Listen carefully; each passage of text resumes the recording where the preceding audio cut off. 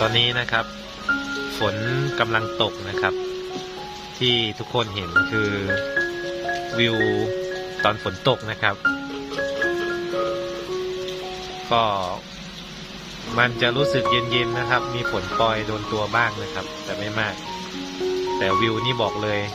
นั่งกินกาแฟอร่อยขึ้นคูณ2ครับลมไม่แรงมากนะครับแต่ก็ทำให้รู้สึกว่าขนลุกได้นะครับนี่คือดอยหลวงเชียงดาวครับ